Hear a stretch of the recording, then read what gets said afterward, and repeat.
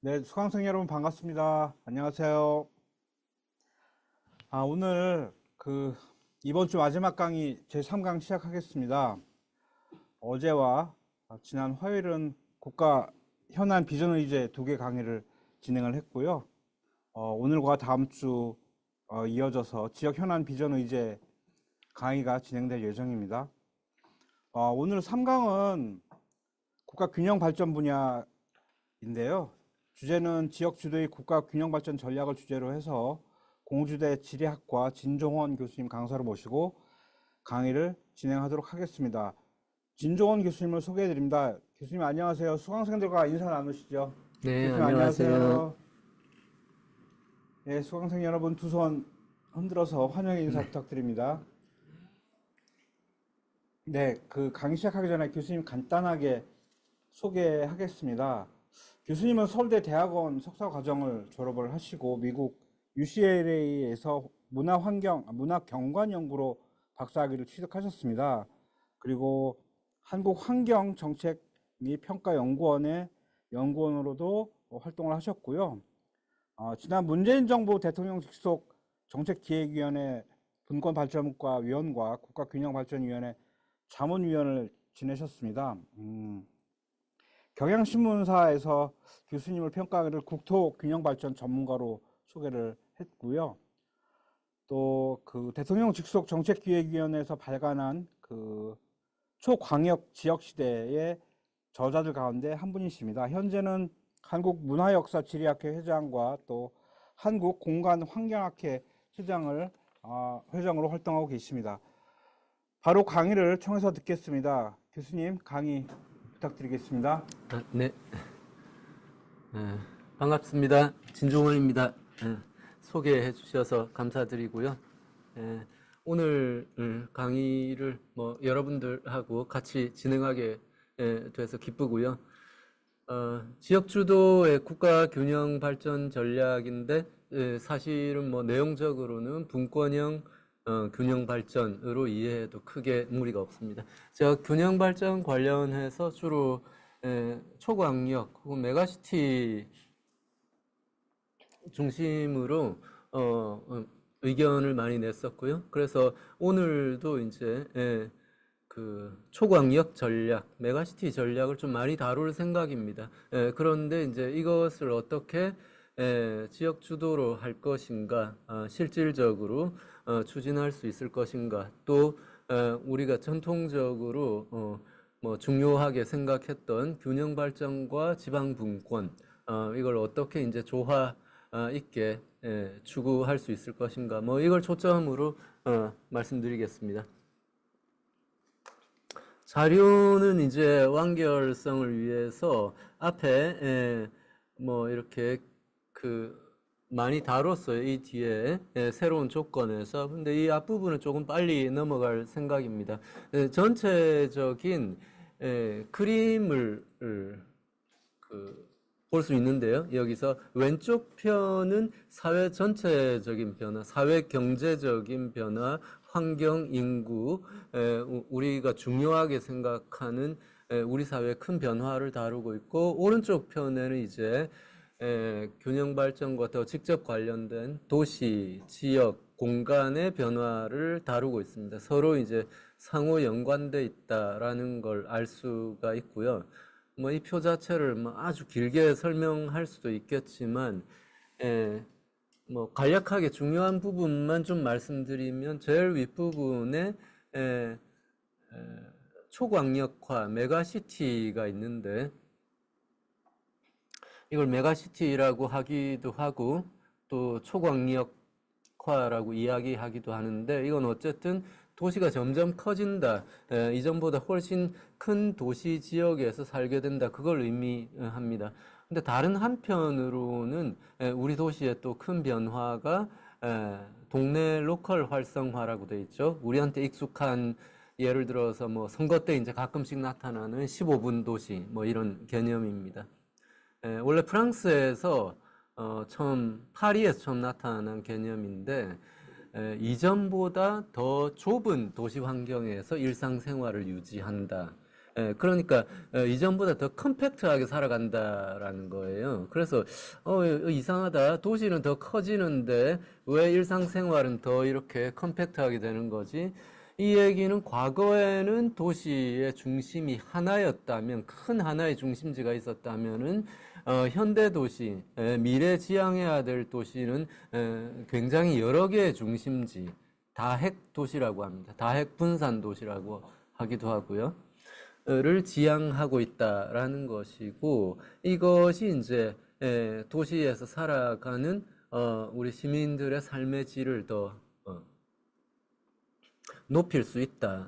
그래서 우리가 메가시티를 이야기할 때 이제 이 하나의 방향뿐만 아니라 굳이 같이 언급하지 않을지라도 다른 한편으로는 로컬 활성화, 다핵 도시, 컴팩트한 도시, 이것도 같이 가는 방향이다. 이걸 조금 생각하면은 좋을 것 같습니다. 그래서 의미가 있는 요 하나의 짝으로서 두 가지 이 개념을 일단 처음에 제시를 하고 있고, 그 다음까지만 보면은 요거는 이제 이 강의를 하고 제일 마지막 부분에 한 번 더 이야기할 거예요. 우리가 균형 발전을 20년 전에 이야기를 했을 때하고 지금하고 무엇이 달라졌을까?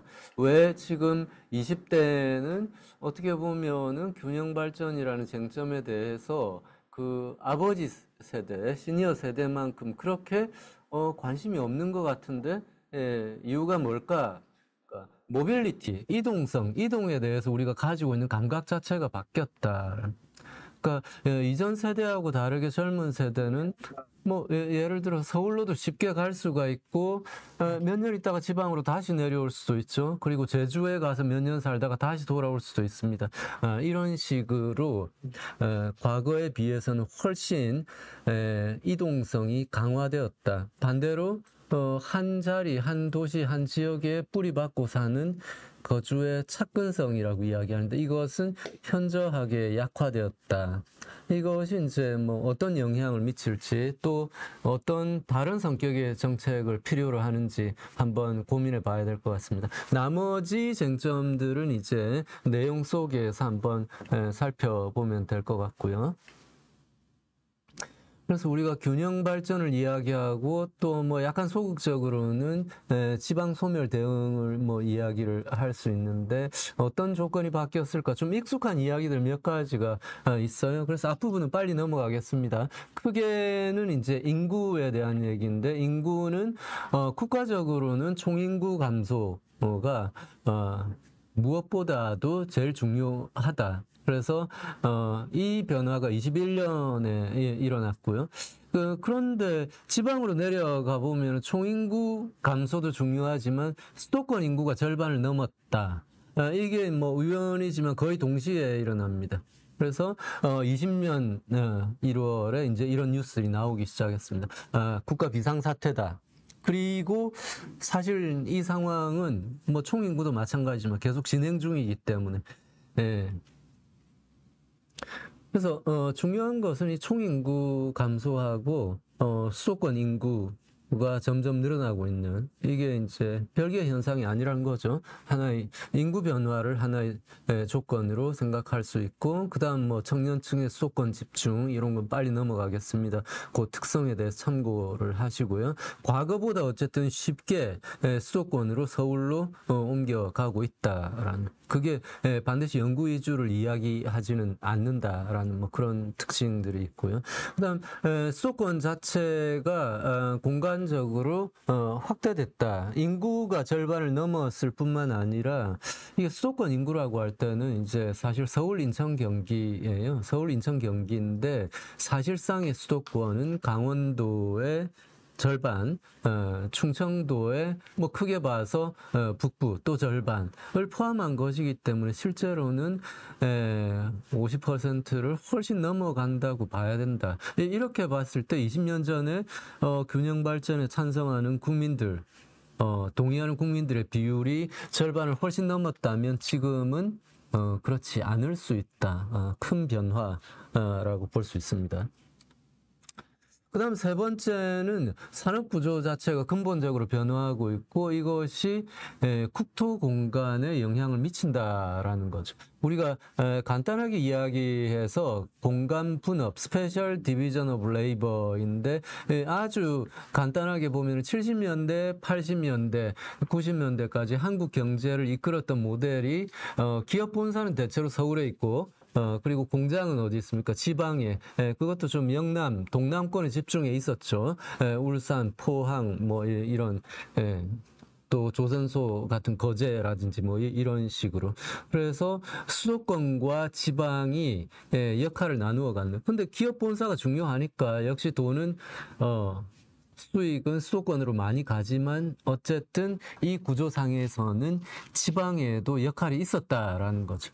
산업 구조가 바뀌면서 이 구조가 깨지고 있습니다.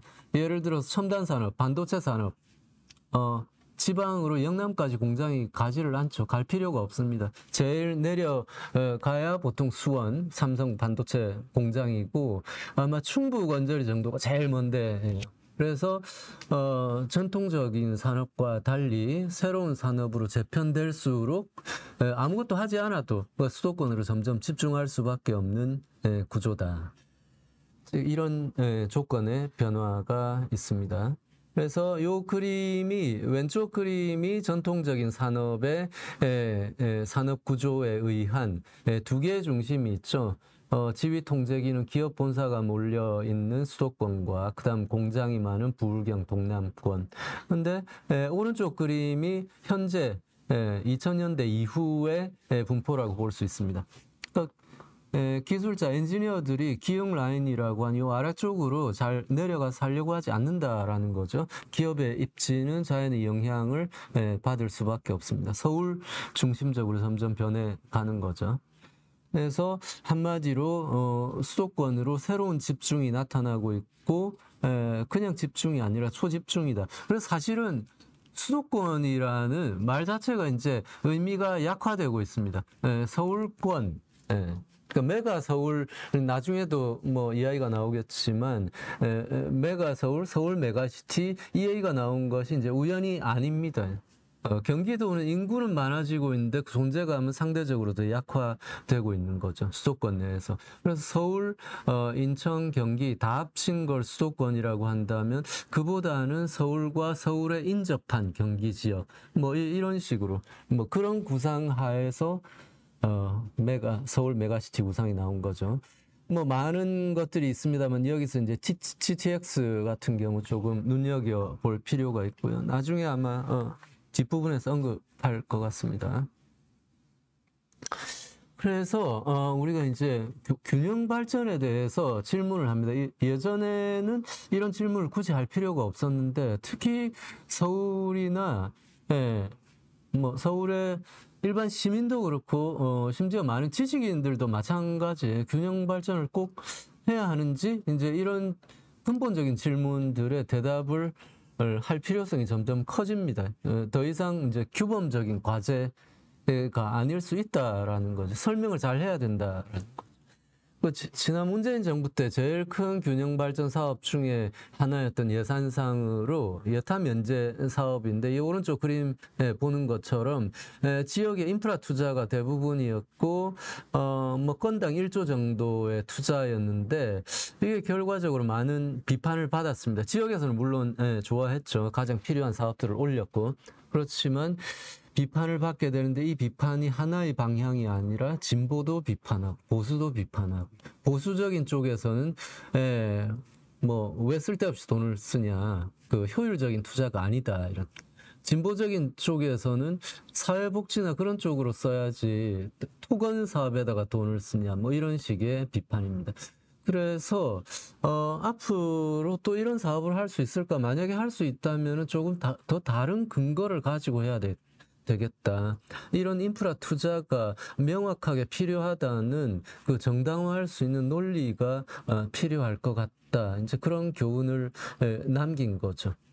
그게 20년 전하고 지금하고 달라진 것 같습니다. 그래서 우리가 이제 균형 발전과 지방 분권에 대해서도 이전에는 좀 약간 좋은 게 좋은 거라고 분권을 열심히 하면 균형 발전에도 도움이 된다. 뭐 이런 이야기를 많이 했습니다. 그리고 지난 정부 때도 사실 분권에 조금 더 초점을 둔 건 사실인데요. 그게 큰 저항이 없었던 게 분권을 열심히 하면은 궁극적으로 균형 발전에 도움이 되지 않을까? 지역의 힘이 커져서 뭐 그런 관점이 대세였던 거죠. 자, 한번 살펴보겠습니다.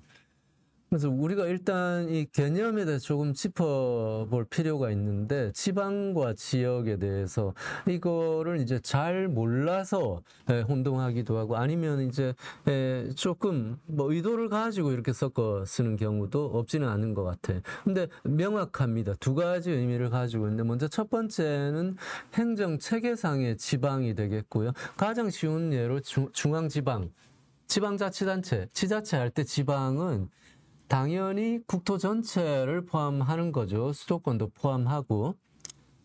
우리가 지역이라고 할 때도 비슷해요.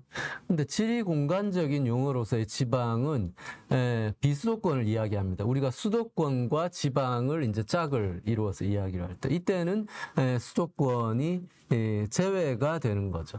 그래서 우리가 분권의 차원에서 지방을 이야기를 할 때는 이 행정 체계상의 지방을 이야기하는 것이고요. 이 지리 공간적인 용어로 지방을 이야기할 때는 이것은 균형 발전 차원에서, 즉 수도권에 만 투자하지 말고 지방에도 비수도권에도 투자를 하자. 예를 들어서 혁신 도시를 만들 때는 지방에 혁신 도시를 만들자는 이 차원에서 쓴 거예요. 그렇지만 분권의 차원에서 지방의 권한을 강화하자. 이건 수도권 비수도권 상관없이 그래서 지방의 지자체의 권한만 강화되는 게 아니라 서울의 권한도 강화되는 거예요. 서울의 강남구와 서초구의 권한도 강화되는 겁니다. 그래서 이제 기계적으로 만약에 지방세를 늘렸을 때는 그 결과는 오히려 수도권과 비수도권 지역 간의 격차가 더 커질 수도 있다. 논리적으로는 더 커질 수도 있다가 되는 거죠.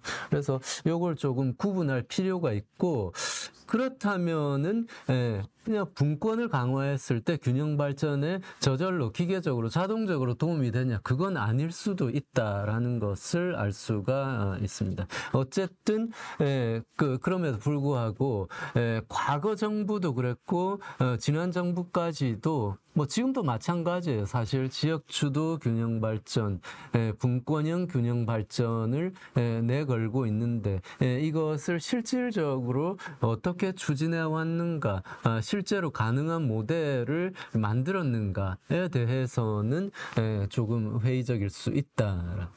결과적으로 평가해 본다면은 분권의 과제는 어떻게 보면 구체적이었고, 예를 들어 재정 분권을 추진한다, 국세지방세 7대 3까지 간다. 이건 수치로 나타나니까 목표를 달성했다 못했다 명확하죠. 근데 균형 발전 과제는 추상적이었고, 그래서 결국은 별로 한계 없게 돼버린 거죠. 그래서 모델은 여기 오른쪽 그림에 나오는 것처럼 이게 분산형 균형 발전, 원래 우리가 생각하던 혁신 도시를 만들고 행복 도시를 만들고 기업 도시를 만들고 이런 이제 중앙 정부가 주도하는 분산형 균형 발전에서 오른쪽 그림 분권형 균형 발전으로 가자. 지역이 주도하는 근데 그림은 좋았는데 어떻게 갈 수 있을까? 실제로 이런 모델을, 그러니까 여기서 핵심은 지역 주도를 가능하게 하는 중앙정부의 역할이 뭘까?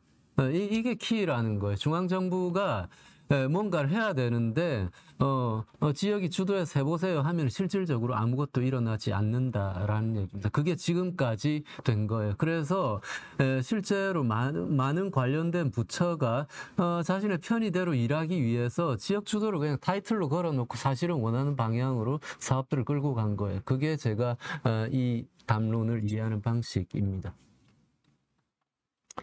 그래서 뭐 윤석열 정부의 뭐 워딩은 사실은 크게 다르지 않습니다. 좋은 말들이기 때문에 지역 주도하는 균형 발전 시대를 열겠다. 그리고 하나의 성과라고 할까요? 그 지방시대위원회가 출범했죠. 이건 이제 내용적으로 보면은 분권과 균형 발전을 같이 가져가겠다. 근데 이제 갑자기 만들어진 게 아니고 이렇게 통합위원회를 만들자라는 얘기는 그 이전에도 있었어요. 이전 정부에도. 갑자기 한 건 아닌데 이게 또 맞는 방향일까? 그런 게 있는 거죠. 우리가 지금까지 이야기했던 뭐 그런 거에 비추어 보면은 균형 발전을 하기 위해서는 중앙정부가 이런 역할을 해줘야 되고 그러면 조금 분권과는 별개의 모델이 필요하지 않을까? 이런 생각을 해볼 수가 있습니다. 위원회는 통합이 됐더라도 네, 요거는 이제 참고하시고요. 그래서 분권과 균형 발전을 생각할 때 한번 지금까지 거의 10년 이상 20년 가까이 분권형 균형 발전 그리고 지역을 점점 강조하면서 지역 주도 균형 발전을 강조해 왔는데 실제 균형 발전에 정말 긍정적인 중요한 영향을 미쳤을까? 거기에 대해서 한번 질문해 볼 필요가 있다라는 것이고 그래서 같이 가면서도 또 개별 과제를 별개의 것으로 추진해야 될 필요가 있다. 분권의 과제와 균형 발전의 과제. 그리고 이 아랫부분 지방 분권과 균형 발전의 실질적인 융합은 어떻게 가능할까?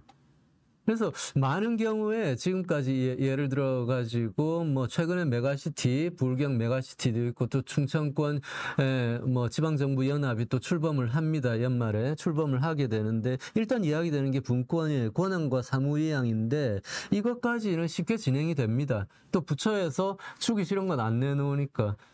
근데 나중에 보면 별로 효과가 없어요. 10몇 년 전에 제주특별자치도가 출범할 때도 그랬습니다. 굉장히 많은 사무와 권한이 이양이 됐는데 나중에 보니까 도움이 안 되는 게 너무 많아요. 네. 국도를 지방도로 바꿔가지고 제주로 이양을 했는데 실제로 국비로 도로 만드는데 투자를 안 해가지고 오히려 도로 만드는 여건은 나빠졌습니다. 그런 식이에요. 그래서 중요한 것은 재정 투자가 이루어져야 된다. 권한과 사무 이양뿐만 아니라 이게 같이 가야 되고 우리가 조금 나중에 보겠지만 영국이나 프랑스의 그런 사례를 볼 때 항상 핵심은 이거예요. 그러니까 형식적으로 권한과 사무를 이렇게 뭐에 관한 사항 해서 이걸 지방으로 넘겨주는 게 아니라 실제로 일을 할 수 있는 재정 투자가 이루어지냐 그렇지 않느냐. 근데 나중에 이야기를 하겠지만 재정 투자는 개별 부처 단위로 이루어질 수가 없어요. 이걸 하려면은 범부처기구 최소한 몇 개의 부처가 연합한 그게 이루어져야 됩니다. 그래야지 지역이 중앙정부로 상대를 할 수 있어요.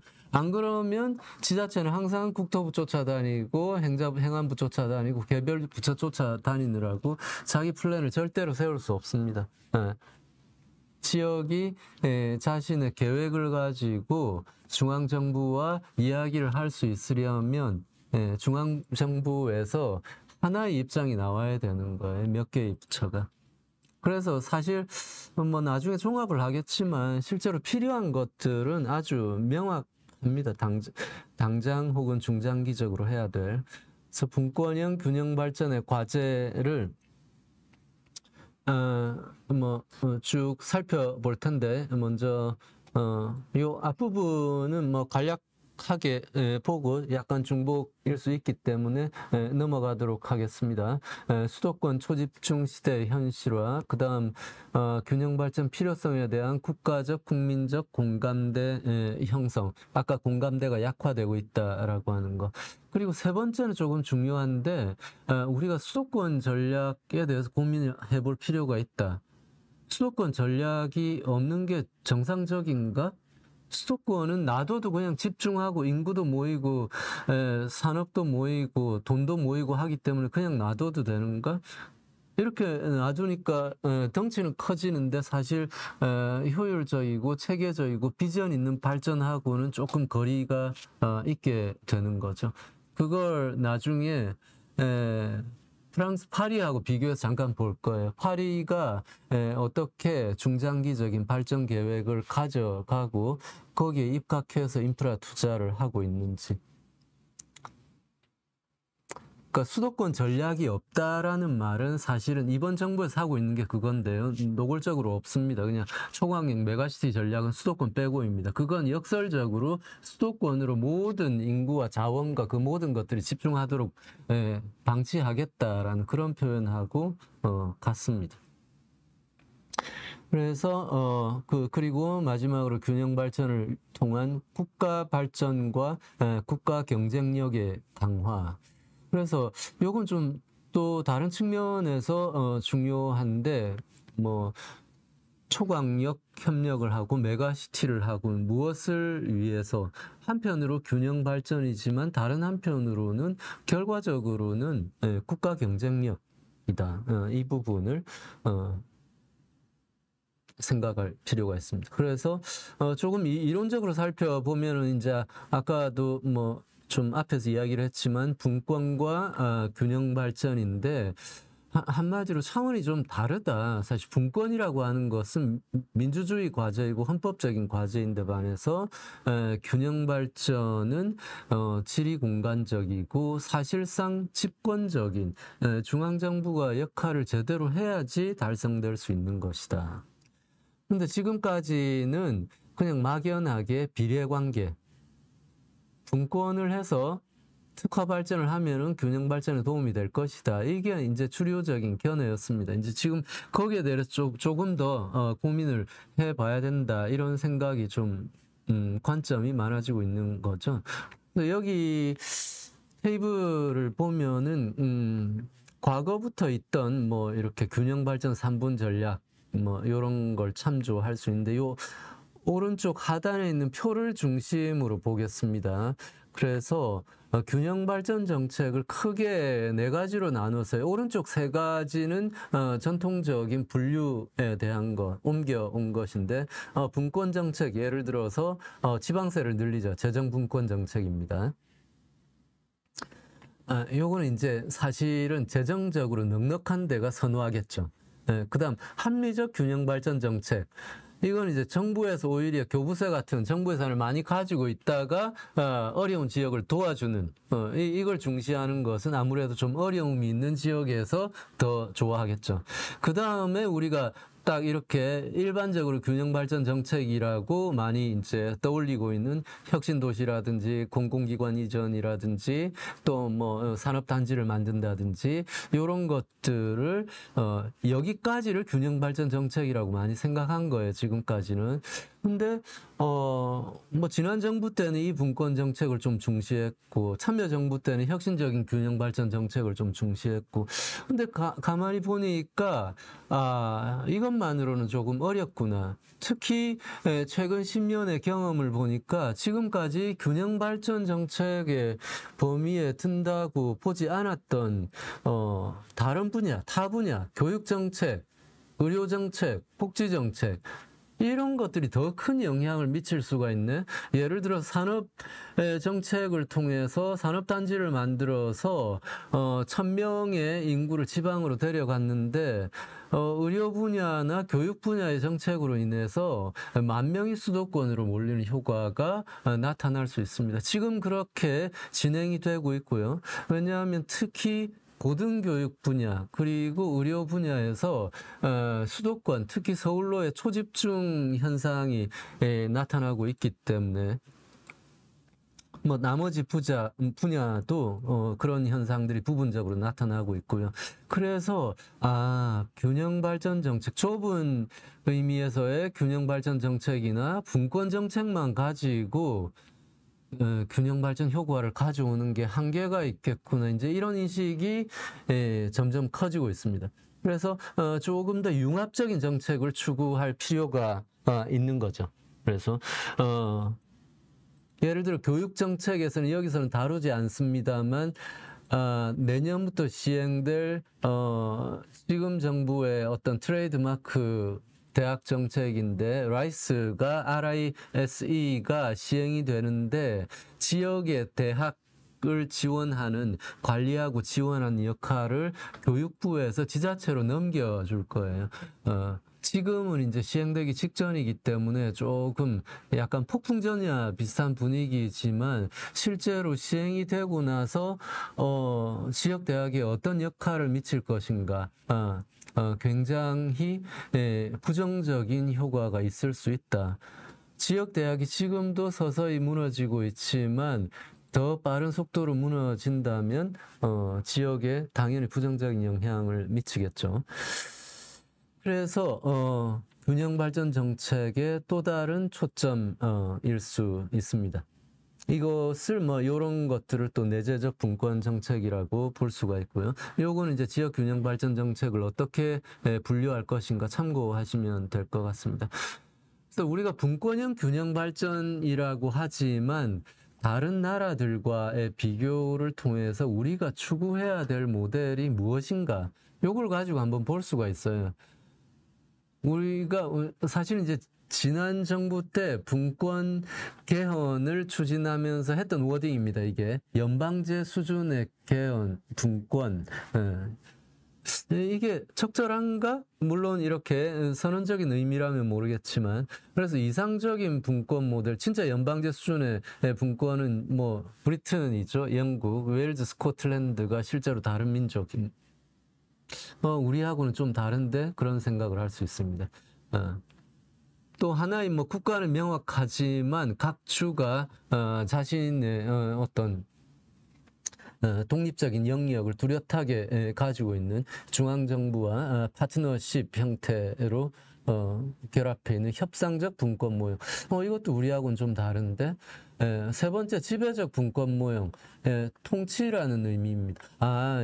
이 정도 내려오니까 이제 우리하고 비슷한 거예요. 근데 영국하고 프랑스에서 분권이라고 하는 것은 실제로 국가 경쟁력을 키우는 것, 어떻게 보면은 분권을 강화하면서 다른 한편으로 중앙정부가 통제력을 잃지 않는 거예요. 중앙정부가 지방의 자율성을 활용하면서 어떻게 보면 더 효율적으로 통치하는 그런 모형이라고 할 수 있습니다. 학문적인 접근이기 때문에 이 표현이 적절하지 않게 들릴 수도 있겠지만 어쨌든 우리의 현실은, 우리가 처한 현실은 이 지배적 분권 모형에 가깝다. 일본의 계층적 분권 모형은 실질적인 분권하고는 거리가 멀기 때문에 그냥 참고를 하면 될 것 같고요. 그래서 이것을 이제 균형 발전에도 적용을 하면은 중앙정부가 결과적으로 좀 적절한 역할을 할 필요가 있다. 이렇게 두 번째 관점을 볼 때 지역 주도 균형 발전, 정부, 진보 정부나 보수 정부에 가릴 것 없이 시간이 지나면서 지역을 점점 강조하는 방향으로 진행이 되어 왔습니다. 그리고 메가시티 관련해서도 참여정부와 MB정부 간에 연속성이 있었고요. 근데 그 결과 최종적으로 완성된 워딩이 지역 주도 균형 발전입니다. 근데 여기서 아까도 말씀드렸지만은 지역 주도 균형 발전이 되기 위해서는 정부가 적극적인 역할을 해야 된다. 이때 정부는 개별 부처가 아니에요. 개별 부처가 적극적인 역할을 하면은 지자체가 끌려다닐 수밖에 없죠. 정부가 지역 주도를 가능케 하는 디자인을 만들어야 된다라는 거죠. 지금은 예를 들어서 메가시티와 관련해서도 정부가 아무런 역할을 하지를 않죠. 그러니까 지금 정부가 할 수 있는 거는 각 지자체별로, 권역별로 하나의 모델을 만들고, 다 다른 모델을 만들고 특별법을 통해서 이걸 지원해 달라고 합니다.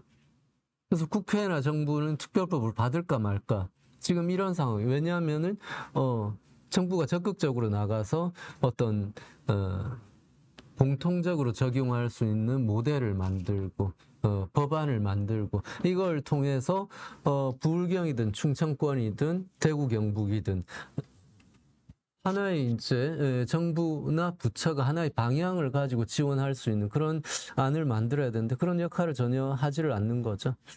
21년에 메가시티 시원 전략이 나왔는데 출발은 괜찮았는데 그 뒤로 실행이 되지를 않았죠. 어쨌거나 지역 주도 균형 발전 전략은 중앙 정부의 적절한 역할이 있어야지 가능하다. 요거는 이제 앞에서 많이 다룬 이야기이기 때문에 넘어가도록 하겠습니다. 그래서 메가시티와 관련해서 쭉 좀 말씀을 드린 다음에 같이 역시 제가 강조하는 주제로 넘어갈게요. 메가시티는 2010년 전후에 한번 논의가 됐었고 또 2020년에 한 10년 뒤에 또 관심의 대상이 됐습니다.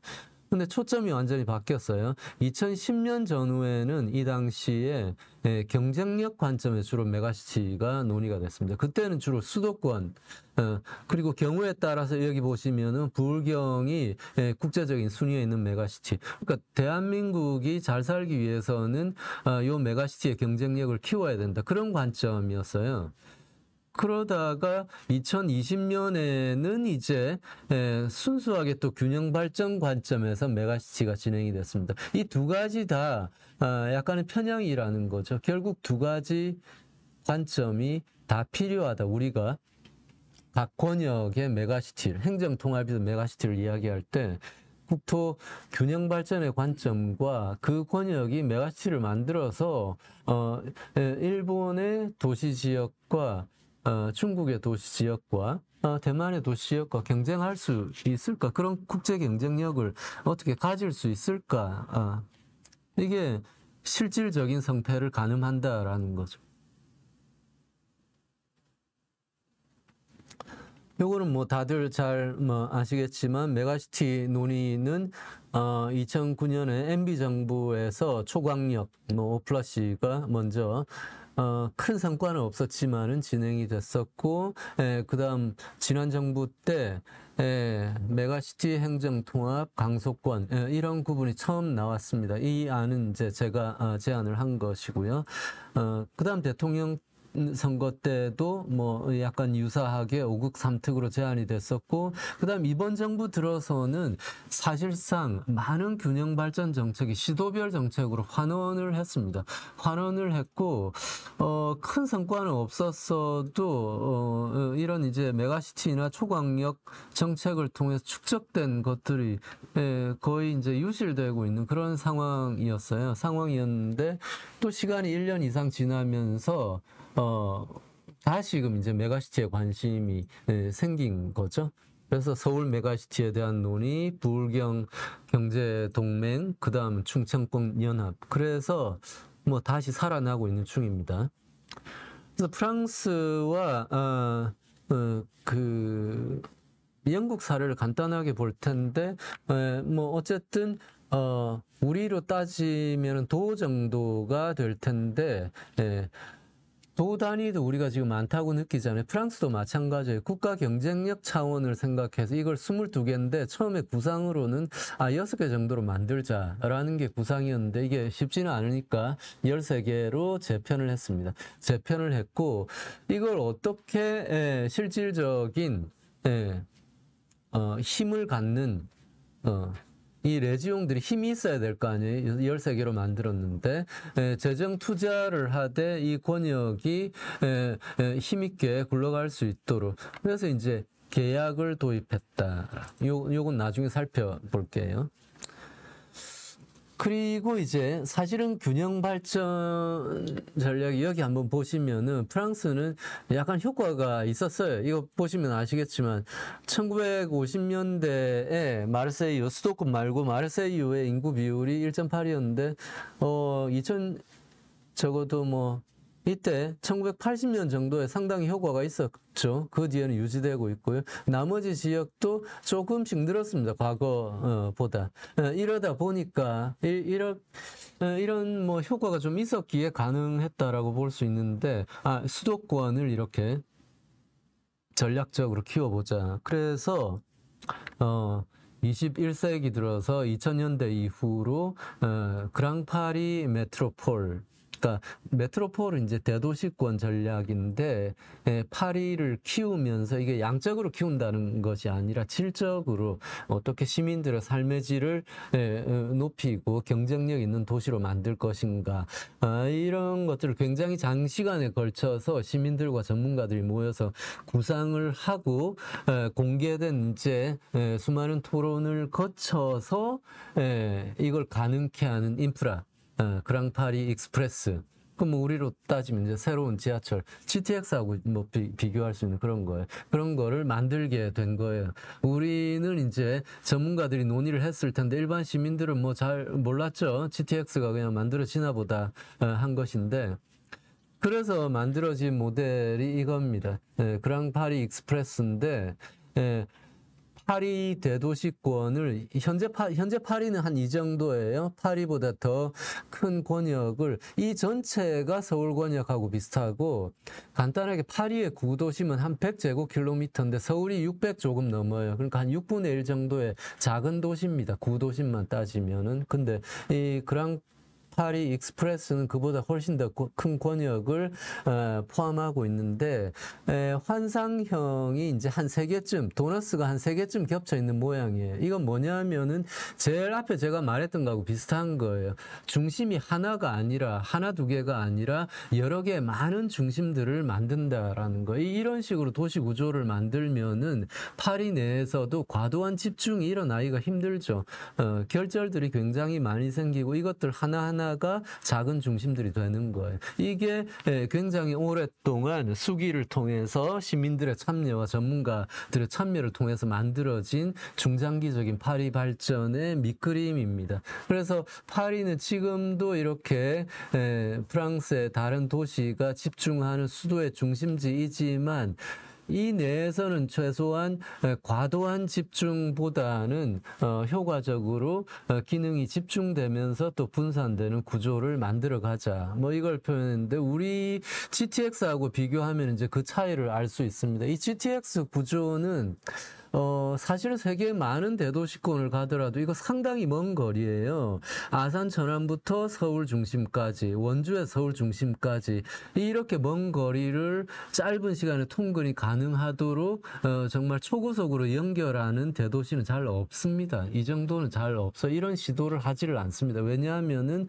도시 공간 구조가 심각하게 왜곡될 수밖에 없기 때문에 이게 만약에 이 그림들이 다 현실화되면은 미래 서울의 모습은 그렇게 긍정적이지는 않겠죠. 서울로 모든 것이 집중할 뿐만 아니라 서울 내에서도 굉장히 극단적인 집중이 일어나고 또 부동산에 영향을 미치고 뭐 그런 효과를 생각할 수 있는데 어쨌든 그 도시 공간이 어떻게 발전할 것인가 방향성은 이제 그랑파리의 공간 구조하고 비교를 하면 잘 알 수가 있어요. 그나마 이 오른쪽 그림도 순화된 겁니다.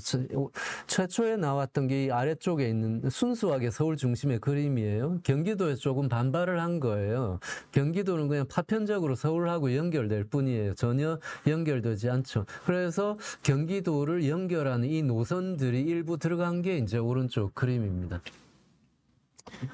그나마 이제 조금 나아진 것인데 이 과정에 중요한 어떤 서울의 미래청사진, 우리나라 국토공간의 미래청사진에 대한 어떤 시민적인 시민이 참여하는 논의는 없었다. 거의 뭐 이렇게 볼 수 있습니다.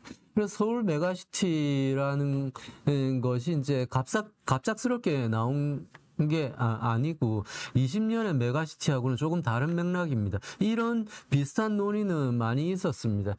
근데 차이점은 과거에는 경기도에서 나온 거예요. 서울, 인천, 경기를 합치자 이런 논의였는데 최종 버전 23년의 메가서울로는 아예 어떻게 보면 경기도를 무시한 것하고 비슷하죠. 서울하고 인접한 몇 개 지자체를 그냥 합치자. 그래서 2006년에서 23년 동안 무엇이 변화했는가? 그러니까 과거에 수도권이라는 의미가 희석되고 있는 게 지금은 실제로 의미 있는 것은 서울 대도시권, 서울과 인근의 시군, 사람들이 점점 이렇게 인식을 하고 있습니다. 그러니까 이런 변화들이 자연 발생적으로 계속 일어나는 거예요. 우리가 수도권을 어떻게 발전시킬 것인가. 그냥 규제만 하는 것이 아니라 어떤 기능은 집중시키고 나머지 다른 기능들은 어떻게 분산시키고 어떻게 수도권, 서울과 수도권의 공간을 만들어 나가고 예를 들어 그랑파리처럼 그런 플랜이 없었기 때문에 그냥 무분별하게 무차별적으로 계속 집중하는 현상이 지금 계속되고 있는 거예요. 그래서 뭐 영국의 사례를 또 보겠는데 영국의 사례는 프랑스하고는 조금 다르게 이제 실제로 초광역 연합을 하고 메가시티를 하고 이게 지방에 이제 분권을 하면서 분권하고 완전히 결합돼서 같이 진행이 됩니다. 그 측면을 볼 거예요. 우리나라의 균형 발전 정책 자체는 프랑스를 많이 참고를 하면서 개별 모델들은 지금 최근에 특별지방자치단체라든지 이런 변화들은 또 영국 사례들을 실제로 많이 참고하고 있거나 참고할 수 있는 상황이에요.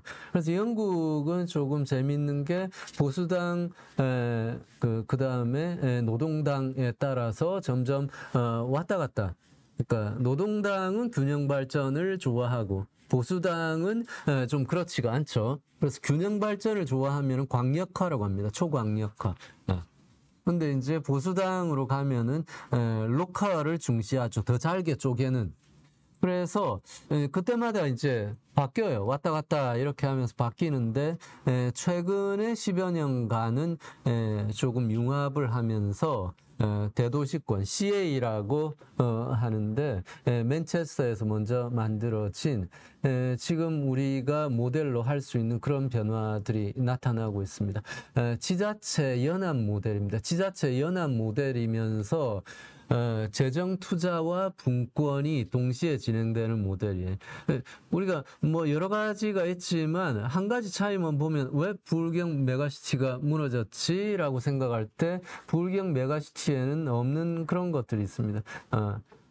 분권 협약안하고 우리는 아마 행안부 장관이 사인했죠. 그런데 여기에서는 이제 정부하고 지자체 의장들하고 분권 협약의 조건에 합의를 합니다. 이게 분권 협약이 근데 무슨 사물을 이양하고 그런 게 아니에요. 재정 투자를 포함하는 겁니다. 그렇기 때문에 의미가 있는 겁니다. 재정 투자가 빠진 분권 협약은 아무 의미가 없어요. 아무 의미가 없는 걸 그냥 거의 쇼에 가까운 걸 한 겁니다. 나중에 모델을 보시면 아시겠지만 그걸 또 영국 의회가 승인합니다. 그러니까 국가적인 차원에 진행이 된 거예요. 우리는 이게 전혀 없었기 때문에 지자체 선거 결과 그렇게 나오고 지자체장들이 모여가지고 우리 안 할래 해버리면 그냥 그만인 거죠. 여기서는 우리 안 할래 할 수가 없어요. 재정 투자가 들어간 협약 모델이기 때문에 그 엄청난 페널티를 물면서 안 할 수가 없죠. 국가적인 약속으로 진행이 된 거니까 이런 모델을 만들어야지 이게 안정적인 건데 사실은 언제든지 무너질 수 있는 모델을 만들어 놓고 무너졌다고 또 한탄을 하고 그런 상황이었던 거죠. 그래서 이걸 하려면 무엇보다도 프랑스에서 하건 영국에서 하건 범부처 지원 기구를 만들지 않고는 되지 않는다. 어디서나 돈을 다루는 부처는 중요하니까 영국도 보면은 우리나라 기재부보다는 약하겠지만 재무부하고 범부처 지원 기구 그러니까 지역이 어쨌든 중앙정부하고 딜을 해서 돈을 얼마 주면 우리가 이런저런 사업을 하게 하고 약속을 하는 거예요. 연 단위가 아니라 5년 단위, 10년 단위로 약속을 하는데 이걸 어떻게 국토부 상대하고 행안부 상대하고 할 수가 없어요. 중앙정부에서 이 모델을 만들어줘야 됩니다. 그렇지 않다는 거는 지역하고 협약을 할 의사가 없다는 거예요. 그러니까 우리는 그렇게 하지 않은 거죠. 중앙정부가. 그냥 기본적인 겁니다. 프랑스도 그렇게 했고 영국도 그렇게 했고 그러니까 영국은 이제 이렇게 하는데 모델들이 비슷한데 조금씩 달라요. 어떤 데는 우리처럼 특별지자체를 만들면 CA를 만드는데 우리는 지자체장을 따로 뽑는 것까지는 안 할게가 있고 따로 뽑는 것까지 할게 거기에 따라서 이제 지원이 달라지는 거죠. 이게 그 차이입니다. 따로 뽑는 지자체가 있고 따로 뽑지 않는 지자체가 있고 네. 그래서 뭐 이렇게 완성된 형태의 이게 컨바인드 오소리티 하늘색이죠. 이게 완성된 형태고 나머지는 이제 조금씩 다른 모델이 되는 거죠. 요거는 또 뭐 진행 중인 것이고 요거는 이제 도표로 정리한. 어쨌든 처음에 하나로 출발해서 점점 늘었어요. 그러니까 이 모델은 영국 입장에서는 성공적이었다. 어쨌든 그리고 이건 중앙정부에서 하나의 모델을 만들고 지역마다 조금씩 바꿔가면서 맨체스터가 해서 맨체스터 대도시권 시에가 해서 조금 되니까 다른 지역도 들어오려고 그러고 조금 확대해서 들어오고 이게 중앙정부가 먼저 적절한 모델을 만들어야지 이게 되는 거지 우리처럼 지역마다 다 따로 가고 특별법 만들어 주세요 하면은 뭐 될 수도 있겠지만 절대 국가 경쟁력을 강화시키는 지속 가능한 모델이 될 수가 없죠. 중앙정부가 적절한 역할을 해야 된다라는 것은 그 말씀이에요. 요건 이상적인 뭐 네트워크 형식의 형태의 메가시티 모델. 뭐 네덜란드니까 약간 특수한 형태라고 볼 수 있는데 네 개의 서로 다른 도시가 역할 분담을 하면서 여기 한번 가보시면 진짜 이 네 개의 도시를 기차가 이렇게 끊임없이 도는데 유럽에서 가장 아마 기차 시간이 잘 지켜지는 이 도시들이에요. 제가 볼 때 뭐 1, 2분의 오차도 없이 뭐 영국 같으면 뭐 연착이 비일비재한데 놀랐습니다. 하여튼 뭐 성공적인 모델이고 원래 있었던 뭐 연계는 원래 잘 돼 있었지만 그걸 이제 가장 이상적인 네트워크형 메가시티로 이렇게 차별화하면서 연계시킨. 우리나라 같은 경우에 뭐 예를 들어서 강원도 같은 데가 조금 이렇게 할 수밖에 없지 않을까. 하나의 중심지로 모이자. 이게 잘 안 되는 데니까 뭐 그런 걸 생각해 볼 수 있습니다. 아까 동남권 메가시티 이야기를 하면서 말씀드린 거죠. 영국 CA하고 다른 점. 네. 그래서 뭐 충청권도 이렇게 진행 중인데 지금도 여전히 알맹이가 없어요. 기존에 예를 들어서 국토부 가서 국토부에서 뭐 할 수 있는 사업들을 이제 가져오고 묶어가지고 이런저런 걸 묶어가지고 충청권 메가시티 사업으로 만들긴 했습니다. 그래서 인프라 투자도 충청권 메가시티 이름으로 되긴 될 거예요. 그렇지만은 실제로 특별지방자치단체가 고유한 사업으로 그 특별지방자치단체가 중앙부처를 상대해서 뭐 3년이든 5년이든 10년이든 협약에 의해서 진행하는 형태의 사업은 하고는 거리가 멀다라는 것이고 이거를 이제 개정으로 해결하려고 하는 많은 시도들이 있는데, 뭐, 그거는 이제 약간 별개 이제 나중에 보도록 하고요. 뭐, TK 최근에 이제 자료만 넣어놨습니다. 최근의 변화인데, 이것도 마찬가지예요. 이런, 네, 이게 꺼질 수도 있나요? 네, 지금. 배터리가 연결이 안 돼. 네. 네. 그래서, 이 뭉친다라는 것 자체는 긍정적이에요. 대구, 경북. 여기서 쓴 대로 사이즈가 500만 명이고 경제 단위도 커지고 이게 개별적으로 흩어져 있으면 충청권도 마찬가지예요. 다들 좋은 거 하려고 하니까 중복될 수밖에 없어요. 근데 행정 통합이 제일 효과적인 방식인가 아니면은 뭐 특별지방자치단체 아니면은 뭐 다른 방식을 추구할 것인가 요거는 이제 추후에 논의 사항이겠죠. 요건 지금 진행 중이니까 거기에 대해서는 말씀드리지 않겠습니다. 어쨌든 어떤 방식이든 간에 이러한 시도는 필요하다고 봅니다. 그래서 지금까지 좀 말씀드린 거를 조금 몇 가지 다시 확인할 수가 있습니다. 요거는 이제 약간 다른 측면에서 살펴보는 건데요.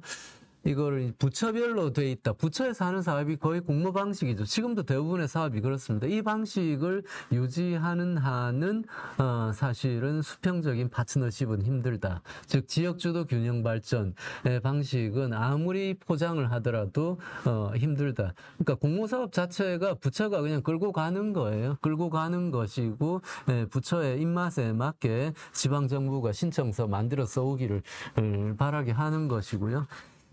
그것이 아니라 프랑스나 영국에서 택했던 협약의 방식, 나아가서 계약의 방식, 서로 이렇게 상호적으로 약속을 하는 거죠.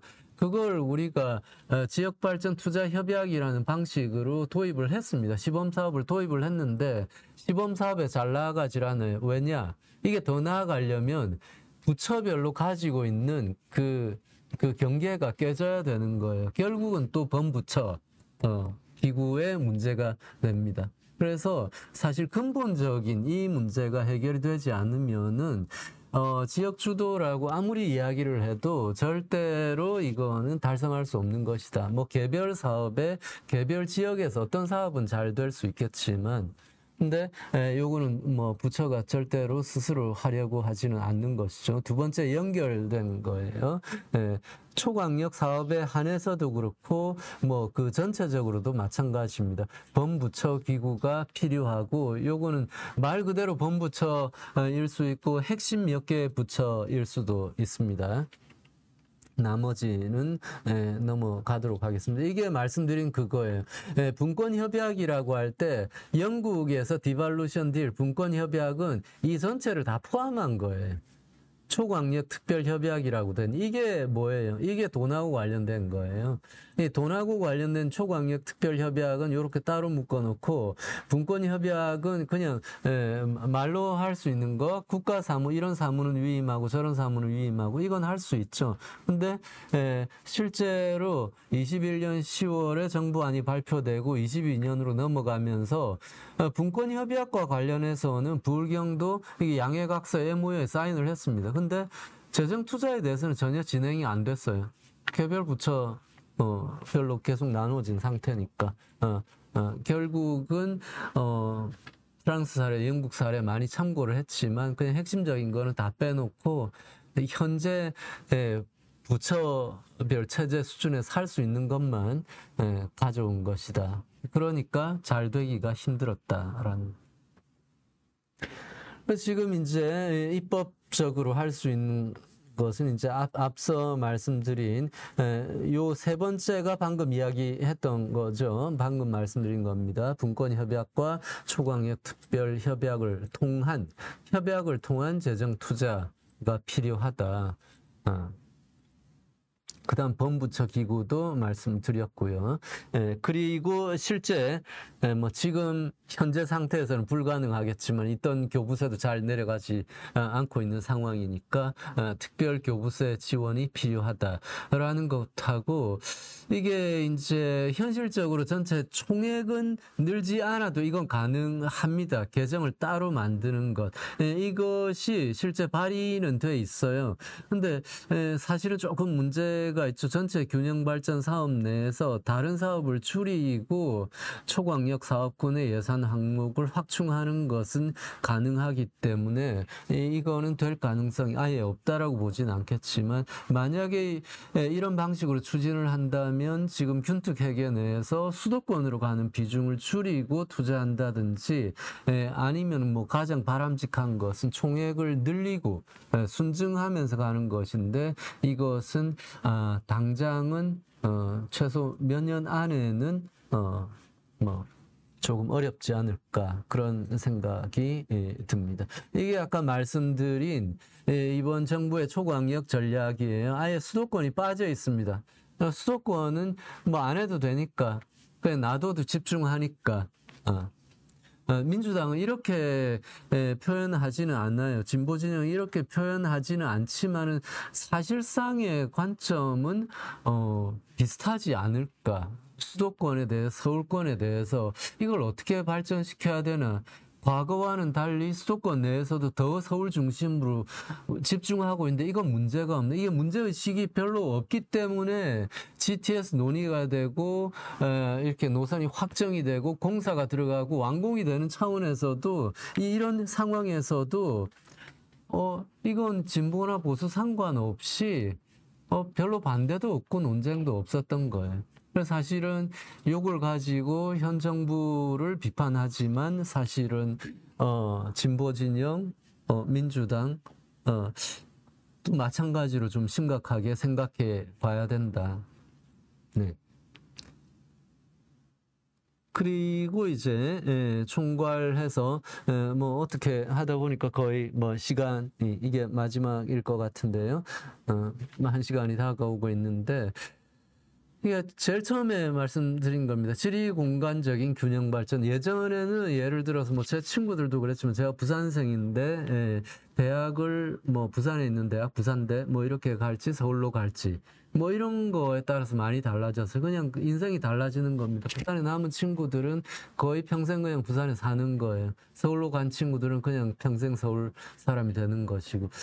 근데 지금은 좀 다른 것 같다. 많이 달라진 것 같다. 그냥 그게 이제 이동성의 변화고 너무나 이동하기 쉬운 상황에서 오히려 이전보다 훨씬 더 균형 발전보다는 상대적으로 계층 간의 형평성이나 그런 데 더 관심이 많을 수가 있어요. 젊은 세대는.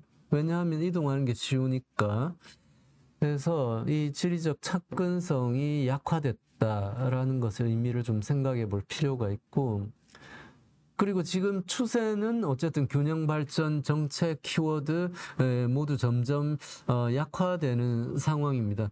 사람들이 균형 발전은 굉장히 좋지만 너무 이상적이지 않을까? 수도권과 지방의 균형, 뭐 격차를 줄이는 정도로 목표를 해야 되지 않을까? 아니면 더 나아가서 뭐 수도권 집중, 서울 집중은 어쩔 수 없지만 지방이 소멸한다니까 이건 좀 곤란하겠네. 그래서 자연스럽게 조금 더 현실적으로 들리는 지방 소멸 대응 뭐 이런 데 더 관심이 가는 거죠. 한번 생각해 볼 필요가 있습니다. 그리고 이제 요 권역에 대한 관점, 메가시티에 대해서 많이 말씀을 드렸고요. 수도권에 대해서도 많이 말씀을 드렸는데, 하여튼 총괄적으로 밸런스 있게 생각을 하려면, 국가적으로도 그렇고 지역적으로도 마찬가지입니다. 균형 발전과 경쟁력을 같이 생각을 해야 된다. 그걸 이제 국가적으로 특히 지역 내에서 균형 발전을 너무 과도하게 추구하면, 과도하게라는 말이 어폐가 있을 수 있는데 두고두고 아주 지속적이고 많은 투자를 해도 그에 뭐 충분한 효과가 나오지 않을 수가 있다라는 관점. 뭐 여러 가지 뭐 관점이 있을 수 있겠지만 하여튼 그 다양한 레벨에서 다양한 스케일에서 경쟁력과 균형 발전을 좀 같이 생각해 봐야겠다. 그리고 뭐 수도권에 대한 논의는 뭐 따로 더 이제 추가하지는 않겠습니다. 나중에 뭐 시간이 있을 때 더 말씀드리도록 하고, 하여튼 이 정도로 일단 강의를 마치고 여러분들이 뭐 질문 있으시면 또 코멘트 있으시면 듣도록 하겠습니다.